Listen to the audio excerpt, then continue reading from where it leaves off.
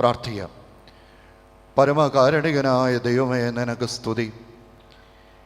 ഇന്ന് കാലത്ത് ഉണർന്നെഴുന്നേൽക്കുവാനും യാത്ര ചെയ്ത ദേവാലയത്തിൽ വന്ന് അങ്ങേക്ക് സ്തുതിസ്തോത്രങ്ങൾ അർപ്പിക്കുവാനും തമ്പുരാൻ ഞങ്ങൾക്ക് തരുന്ന അനുഗ്രഹീത ദിനത്തിനായി സ്തുതി.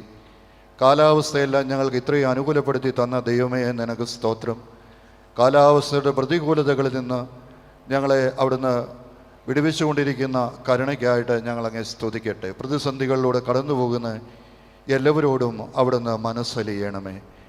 കർത്താവെ, ദൈവരാജ്യ ശുശ്രൂഷയ്ക്ക് വേണ്ടി ഞങ്ങളെ ഓരോരുത്തരെയും ഓരോ കാലഘട്ടത്തിൽ നിയോഗിക്കുകയും തിരഞ്ഞെടുക്കുകയും അതിനുവേണ്ടി അവിടുത്തെ അമിതമായ ബലം തന്ന് ഞങ്ങളെ ശക്തീകരിച്ചുകൊണ്ടിരിക്കുന്ന കാരുണ്യത്തിനായി സ്തുതി. കാലാകാലങ്ങളിൽ ഈ ശുശ്രൂഷ നിർവഹിച്ചിട്ടുള്ള എല്ലാവരെയും ഓർത്ത് സ്തോത്രം. പ്രത്യേകിച്ച് ഈ കാലഘട്ടത്തിൽ ഈ വർഷം പട്ടത്ത ശുശ്രൂഷയിലേക്ക് പ്രവേശിക്കുന്ന എല്ലാവരെയും ഞങ്ങൾ അങ്ങയുടെ സന്നിധിയിൽ വയ്ക്കുന്നു. കാലാനുസൃതമായി സംഗതമായ ശുശ്രൂഷ, ദൈവരാജ്യ ശുശ്രൂഷ നിർവഹിപ്പാൻ എല്ലാവരെയും അവിടുന്ന് ശക്തീകരിക്കണമേ. വെല്ലുവിളികളുടെയും പ്രലോഭനങ്ങളുടെയൊക്കെ നടുവിൽ തടന്നു പോകാതെ ദൈവകൃപയിൽ ശരണപ്പെട്ട് മുന്നോട്ട് പോകുവാൻ എല്ലാവർക്കും ഇടയാക്കണമെന്ന് പ്രാർത്ഥിക്കുന്നു. പ്രത്യേകിച്ച് പ്രിയപ്പെട്ട ബ്ലസൻ ശമാശനായി സ്തോത്രം. നിന്റെ മകൻ്റെ ജനനം മുതൽ നിന്റെ മകൻ അവൻ്റെ അമ്മയുടെ ഗർഭപാത്രത്തിൽ ഉരുവായ നാൾ മുതൽ ഇന്നയോളം അതിശയകരമായി അത്ഭുതകരമായി നടത്തിയ ദൈവമേ, വളർച്ചയിൽ, വിദ്യാഭ്യാസത്തിൽ, പ്രവർത്തന മേഖലകളിൽ, ജീവിത സാഹചര്യങ്ങളിൽ, വീഴാമായിരുന്ന രംഗങ്ങളിൽ, താണുപോകാമായിരുന്ന ഇടങ്ങളിൽ വീഴാതെ താഴാതെ അവിടുന്ന് കരം പിടിച്ച് ഈ പ്രഭാതം വരെയും എത്തിച്ചതിനായി സ്തുതി.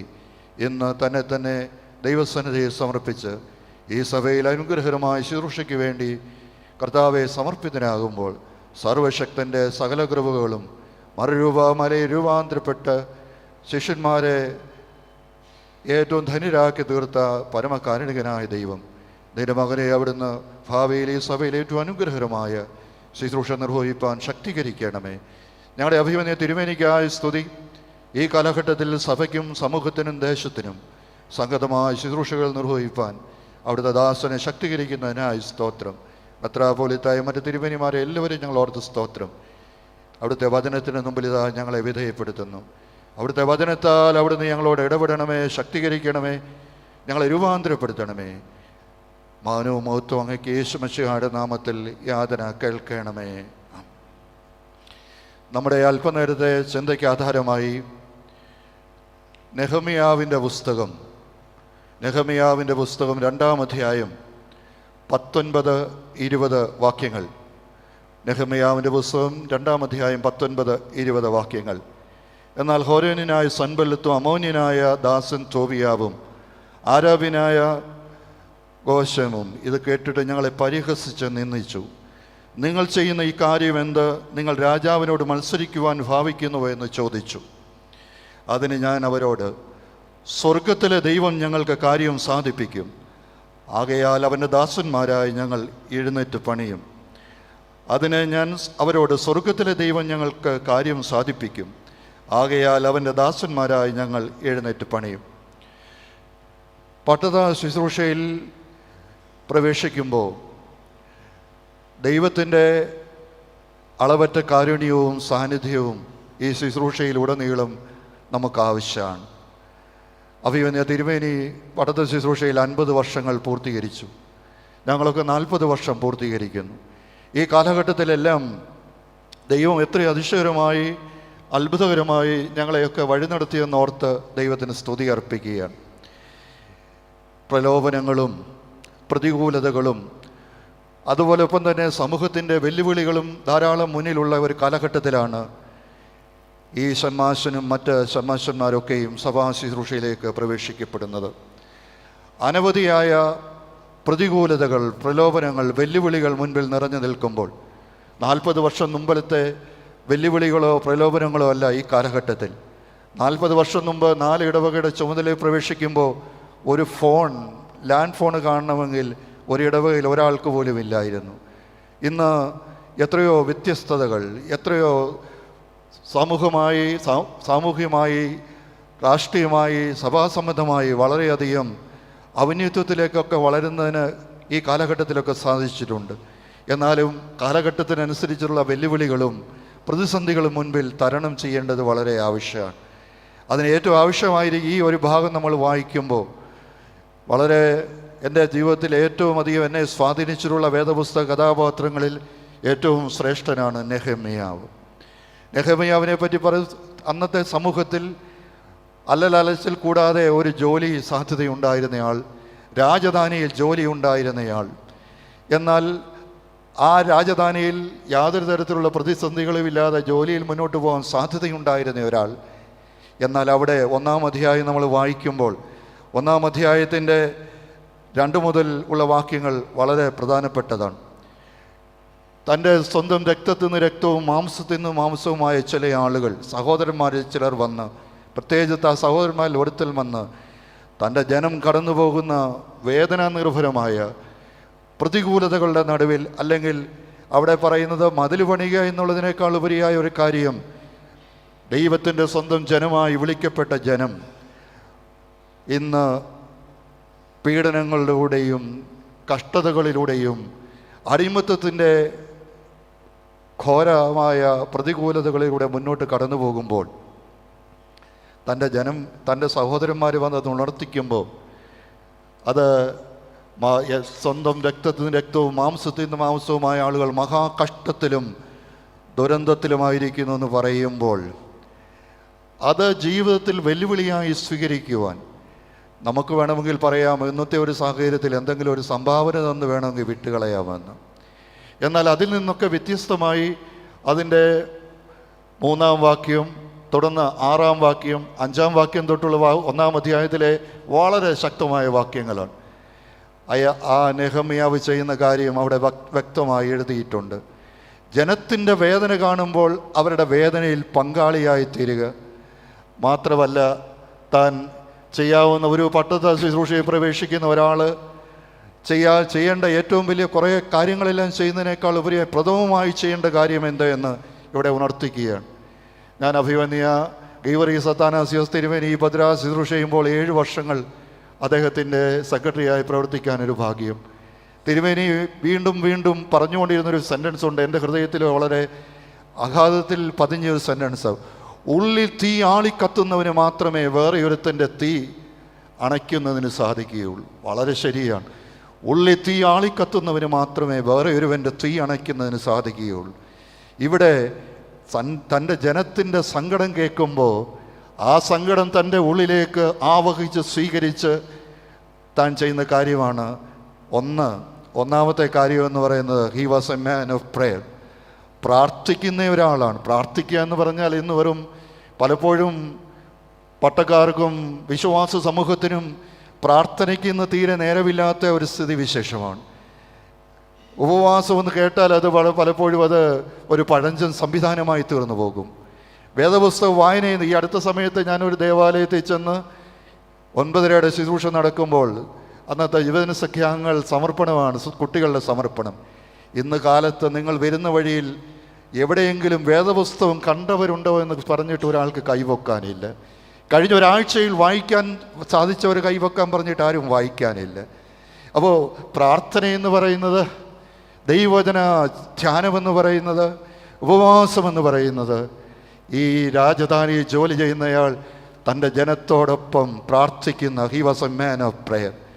ഒരു പട്ടക്കാരനെ സംബന്ധിച്ചിടത്തോളം തൻ്റെ ജീവിതത്തിൽ ചെയ്യാവുന്ന ഏറ്റവും വലിയൊരു കാര്യമെന്ന് പറയുന്നത് തൻ്റെ ജനത്തിന് വേണ്ടി അവരുടെ വേദനകളിലും അവരുടെ സന്തോഷങ്ങളിലും അവർക്ക് വേണ്ടി നിരന്തരം അവരോടൊപ്പം പ്രാർത്ഥിക്കുന്ന, അല്ലെ പ്രതിസന്ധികളിൽ തളരാതെ നിൽക്കാനുള്ള ഊർജവും ശക്തിയും ലഭിക്കുന്നത് പ്രെയർ ഈസ് പവർ എന്ന് നമ്മൾ പറയും.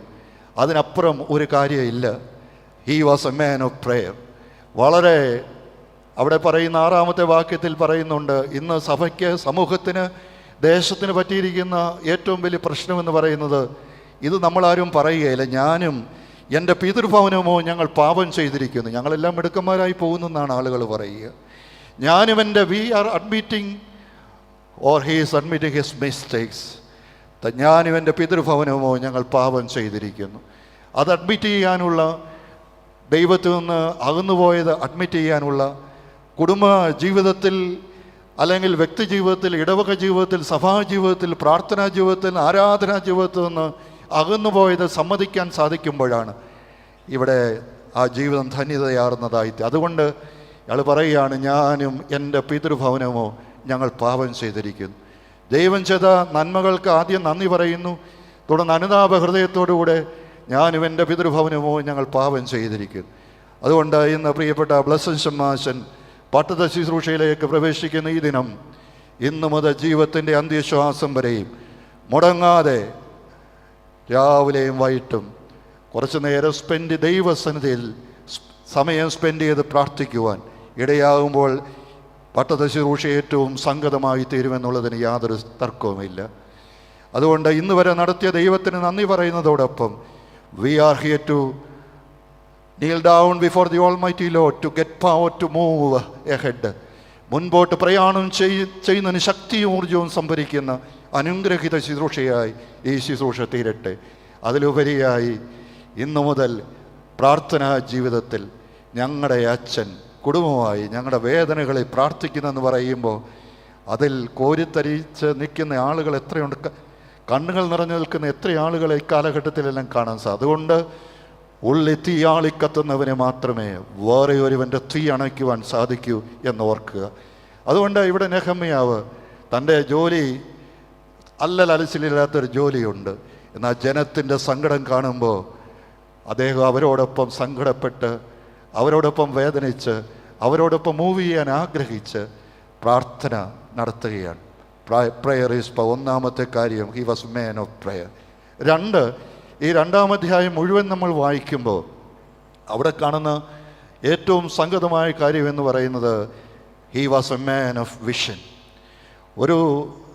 എന്താണ് ചെയ്യാൻ പോകേണ്ടത്? ചില അച്ഛന്മാർ ഓരോ ഇടവകയിൽ 3 വർഷം ചെല്ലും, പടപെടാവുന്ന 1000 കൂട്ടം പരിപാടികൾ ചെയ്യും, എല്ലാം ഫെയിലിയർ ആകുകയും ചെയ്യും.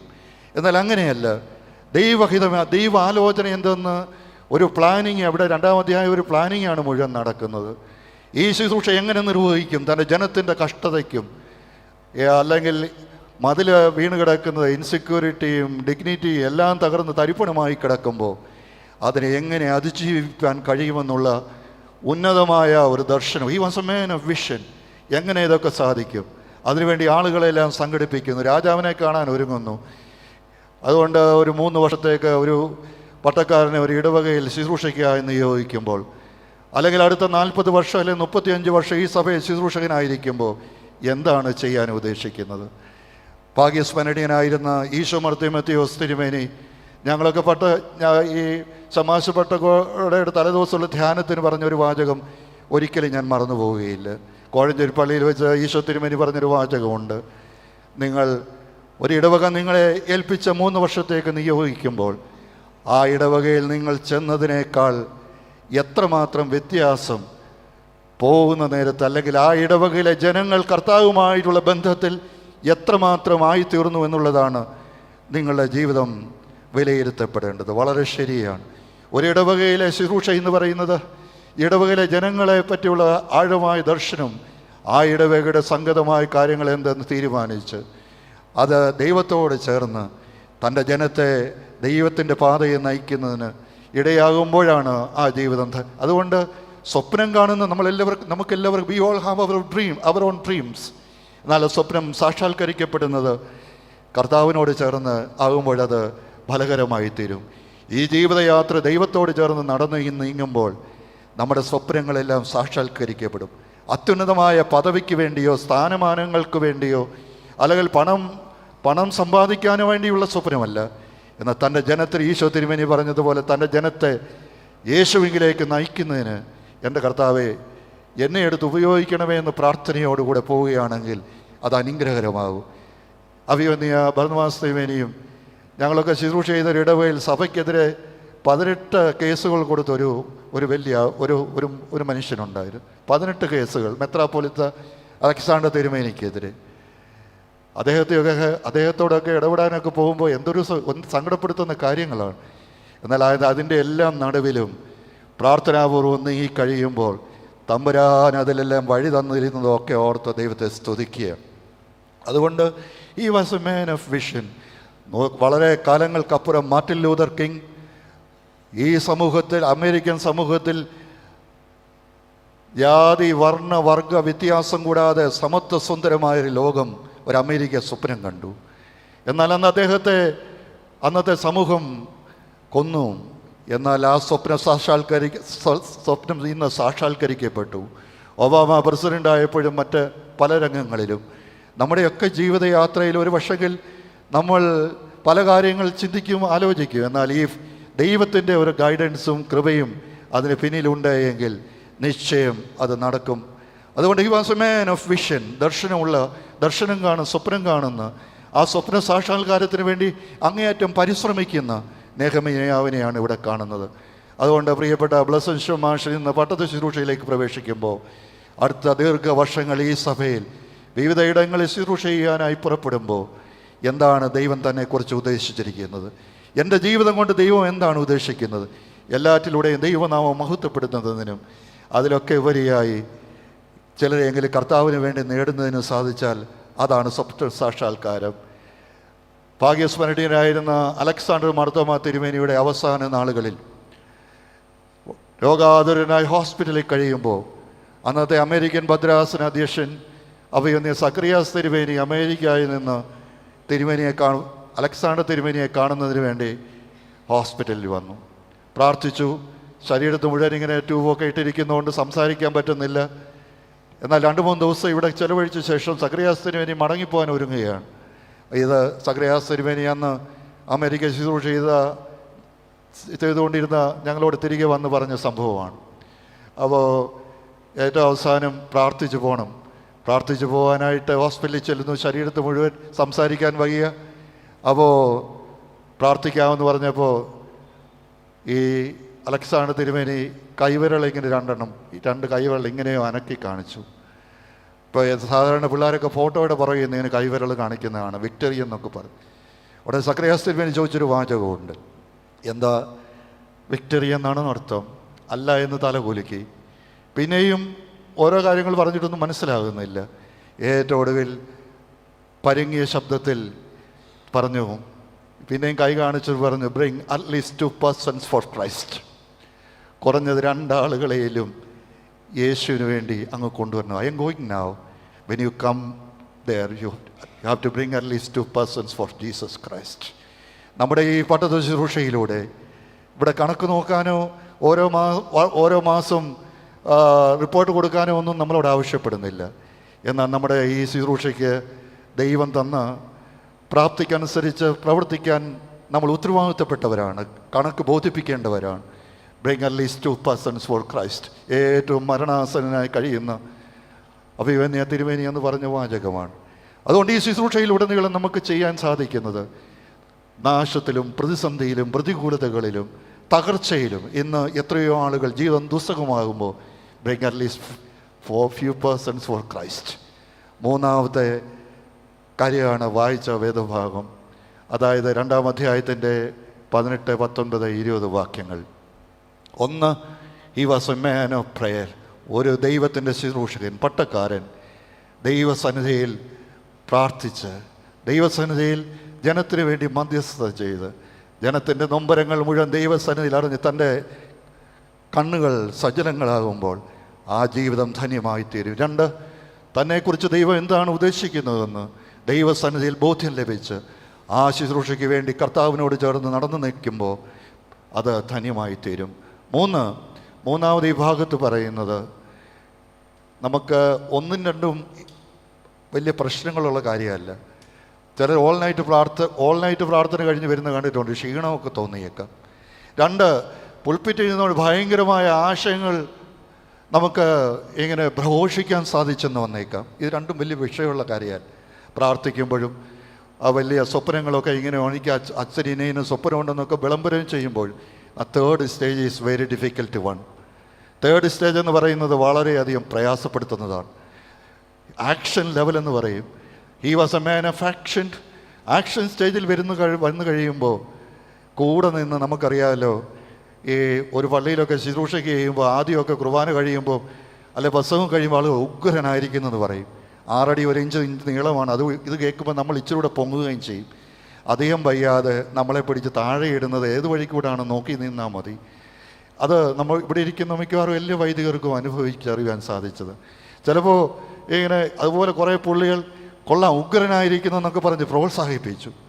എന്നാൽ ആ ഒരു രംഗം വന്നു കഴിഞ്ഞപ്പോൾ, ആ പ്രവർത്തന സരണിയിലേക്ക് എത്തിച്ചേർന്നപ്പോൾ കൂടെ നിന്നവനെല്ലാം കാലുമാറുകയാണ്. സൻബല്ലത്തും തോവിയാവും എല്ലപ്പുള്ളി ഇതുവരെയും കൂടെ നിന്ന് ഏലായിട്ടുകൊണ്ട് നിന്നവരാണ്. എന്നാൽ ഇപ്പം അവരെല്ലാം കാലുമാറിപ്പോവുകയാണ്. ആ ഒരു സാഹചര്യം വരുമ്പോൾ നമുക്കറിയാമല്ലോ, ചില സമയത്ത് നമ്മുടെ കൂടെ സഹോദര വൈദികർ കൂടെ നിന്നില്ലെന്ന് വരാം, ഈവൻ തിരുമേനിമാർ കൂടെ നിന്നില്ലെന്നും വരാം.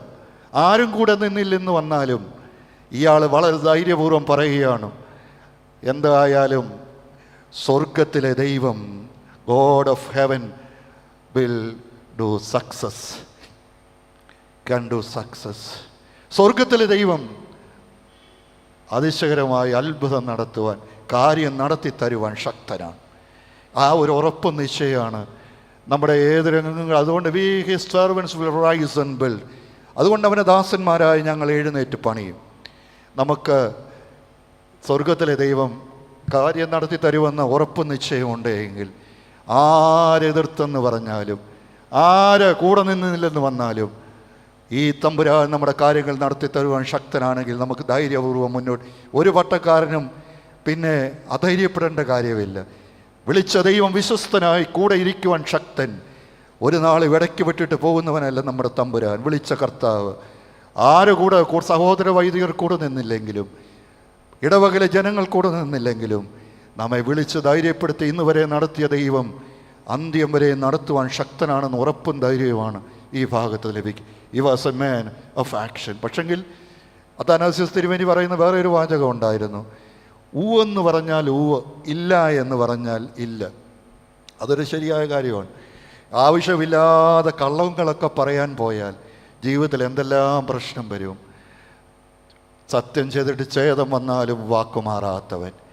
ഒരു പട്ടക്കാരൻ്റെ ശുശ്രൂഷയിൽ ഒരിക്കൽ പോലും അസത്യത്തിൻ്റെ പിന്നാലെ പോകുന്നതിനല്ല.